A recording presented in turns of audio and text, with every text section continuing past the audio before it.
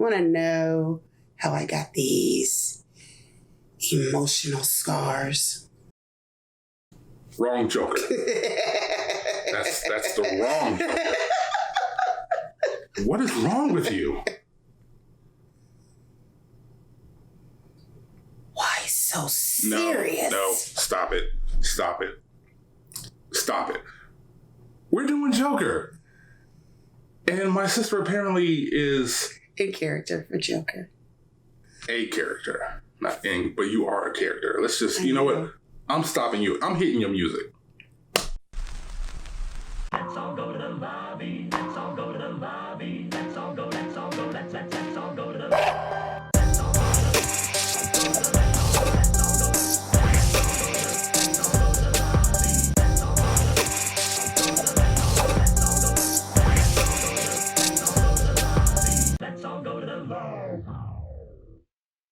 Murray, one small thing. Yeah. When you bring me out, can you introduce me as Joker?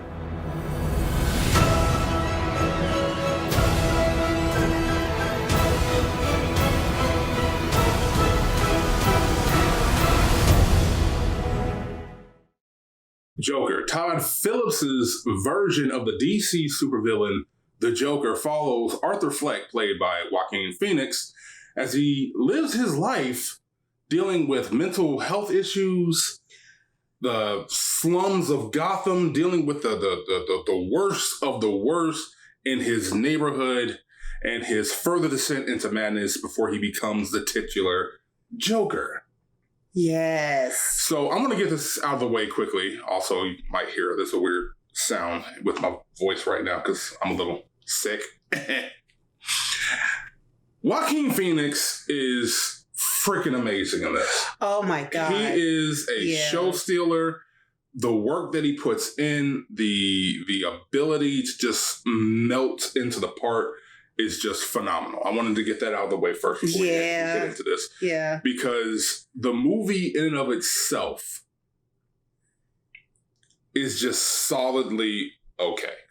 A little lackluster in some parts, I'm going to have to say. It's just okay. I honestly, like the controversies that came through here with the Joker, I was hoping one of two things. It would either be so good to warrant the, oh man, I have to see it to trigger these SJWs. Right. And like it be a masterpiece that is actually, you know, warranting of the amount of attention that it's getting. Right. Or it is so horrendously bad that it's worthy of the vitriol it's receiving. It is just middle of the road. It is just okay. Yeah, I would kind of put it in the line of Aquaman, but better than Hell's Kitchen.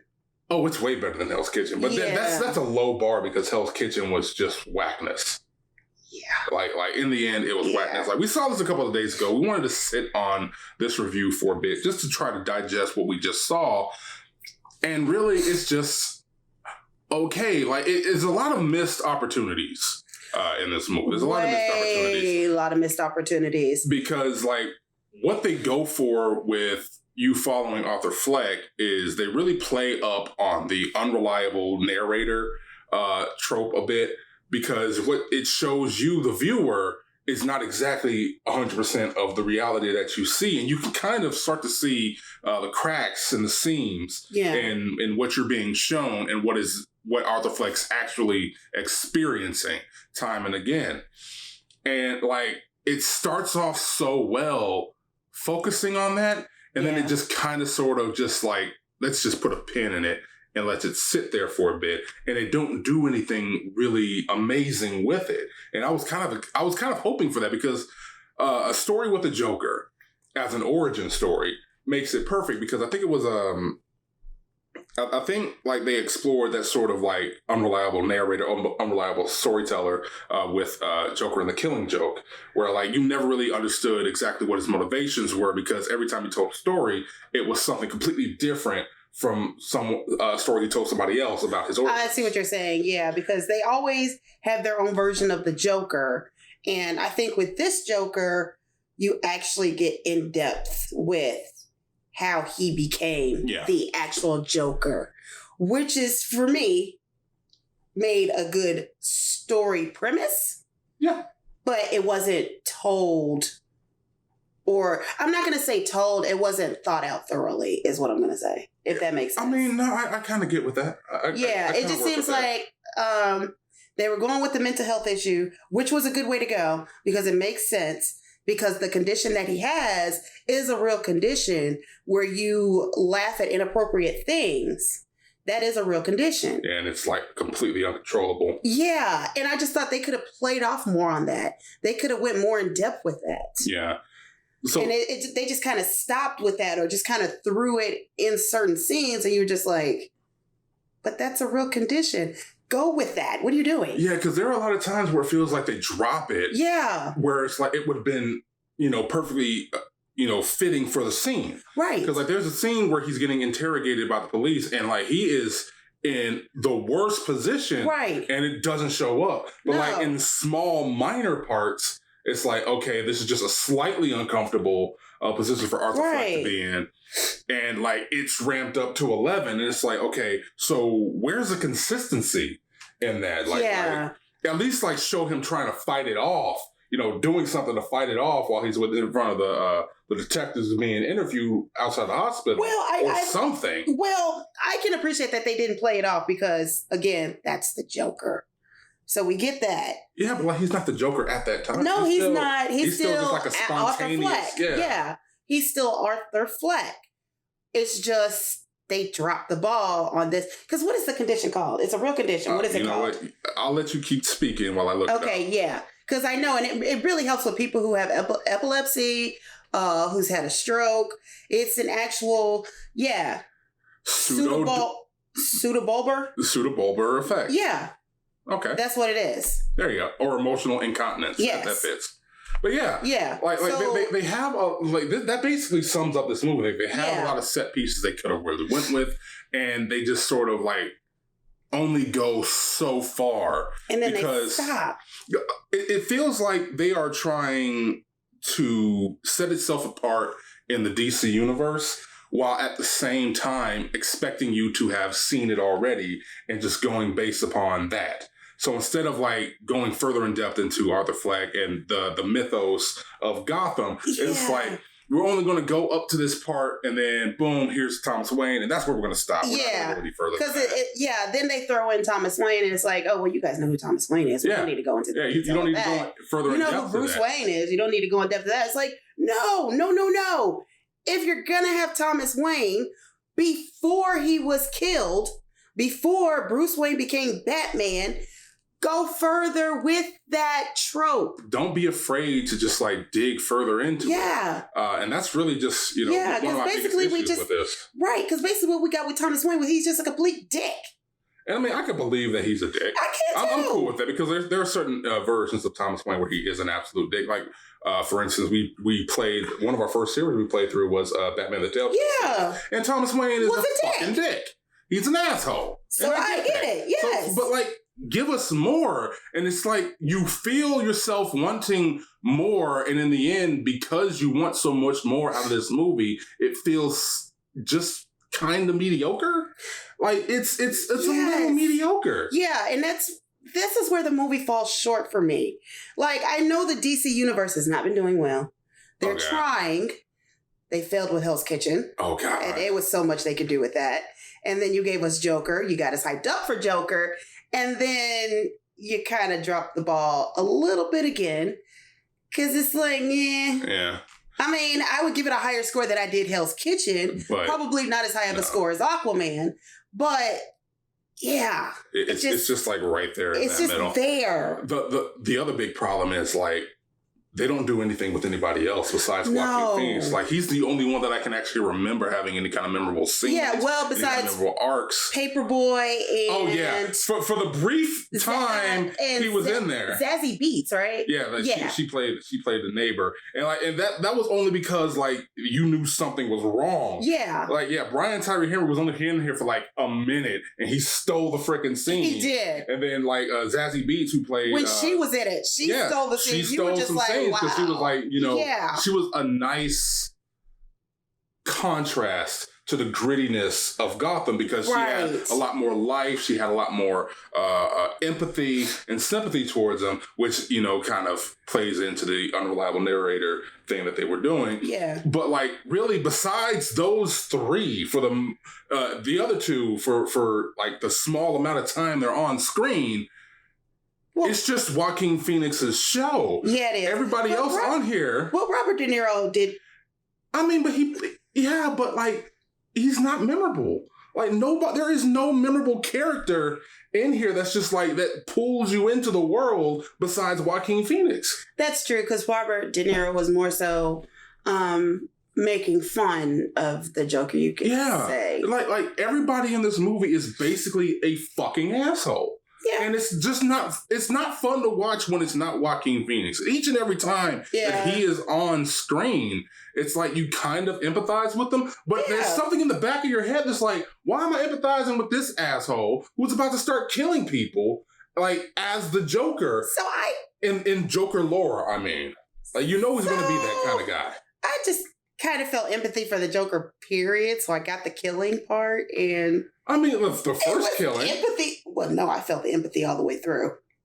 Because, I mean, they kind of give you that's another thing. They kind of give you a backstory, but then again, they fall short with the backstory. Because it's like, we're just going to give you just enough for you to just figure out and write it yourself or figure it out for yourself. And then we're going to go into the next thing. Speaking of writing it themselves. Yes, that's another thing that was frustrating. Speaking of writing it themselves, I hated that scene when he is in Sophie's apartment and he walks out and they just want you to fill in the blanks as to did he do something bad or not.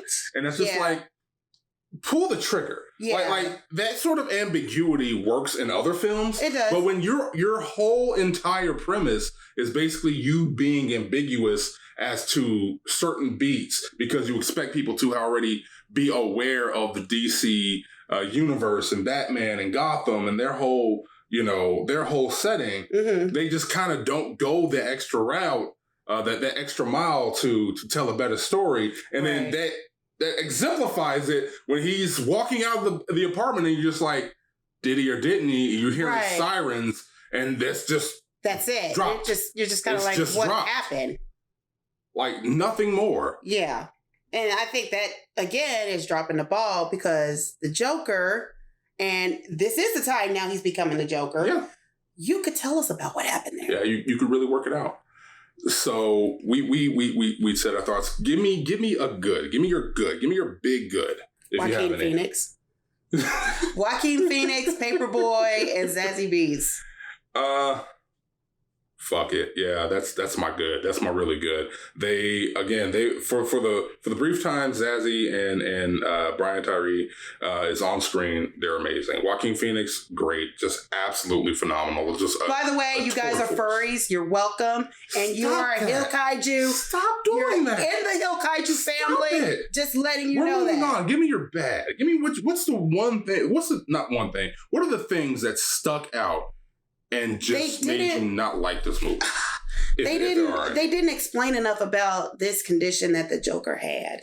They didn't explain enough about how he obtained this mental illness. They didn't explain enough as to what triggered him. If that makes any sense. But they just didn't do that. I will give them this because I don't want to give any spoilers because they give you a twist. And then they twist on the twist. Yeah, you see it coming. Though, you see both of them coming.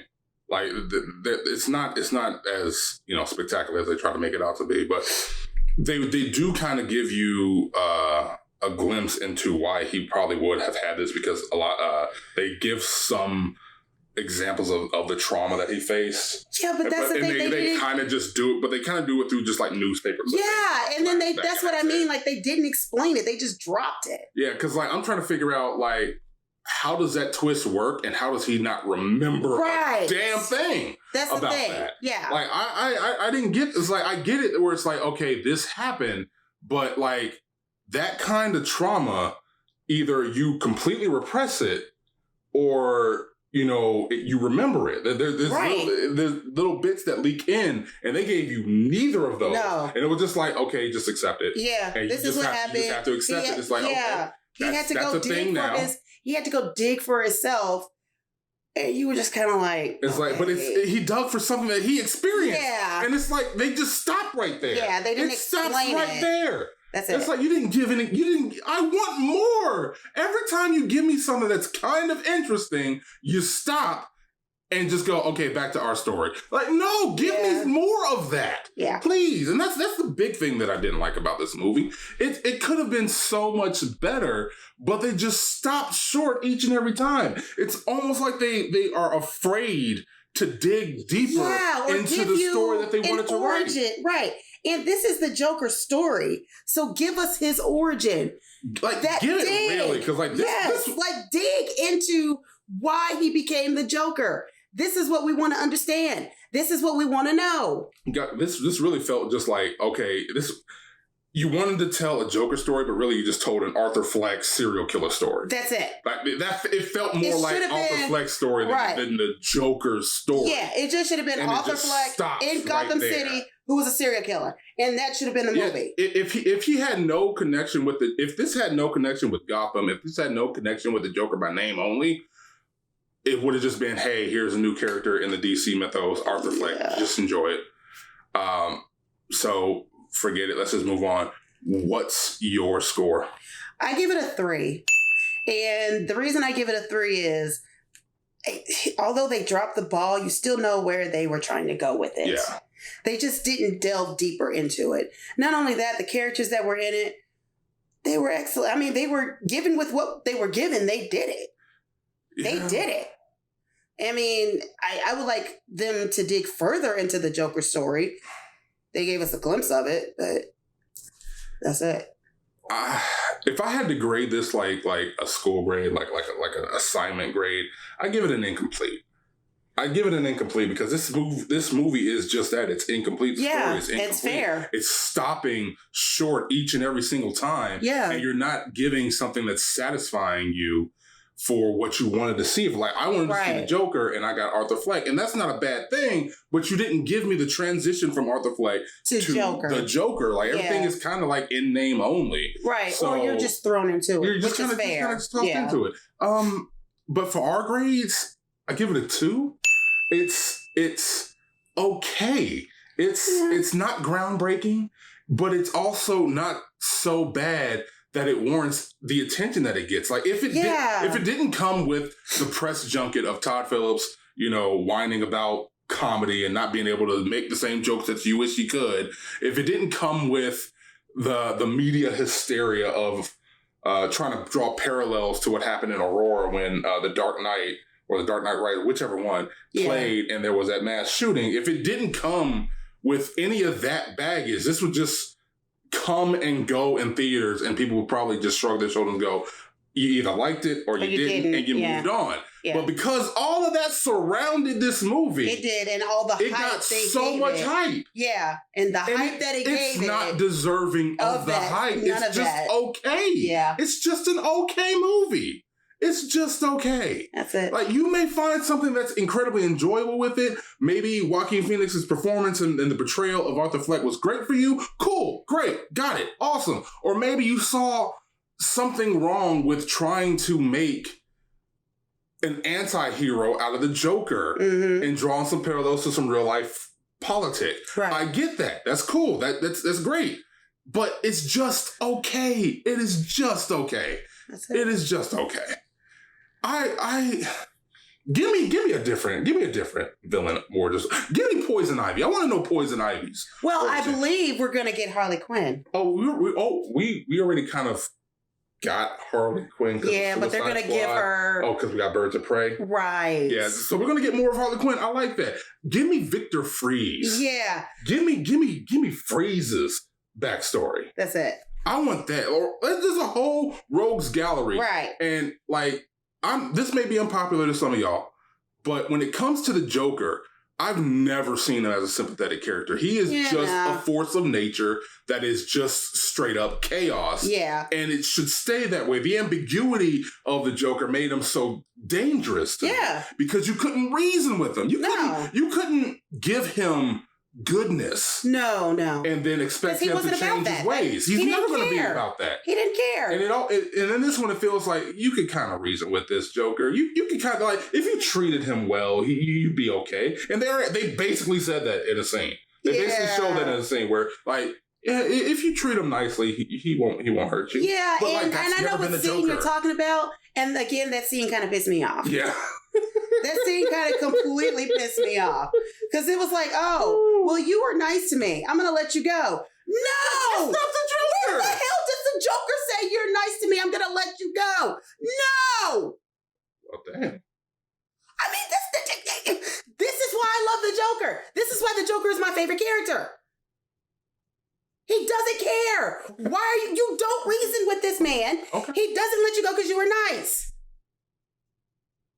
So I think that's a good time to stop. Yeah, we're just So we can Kaiju out. Mm-hmm. All right, let us know what you think about our review down below. Let us know if are we right, are we wrong, do you agree, do you disagree, are we kind of assholes, are we SJWs running around here ruining your favorite movies? Who knows? Just let us know down below. Also, make sure, because we got some new shirts, new merch. Got some new merch. I mean, not this, because we got to fix new this. merch. But like, we got some new merch in the store. HEELKAIJU.com/shop. We'll catch you later, deuces. Bye.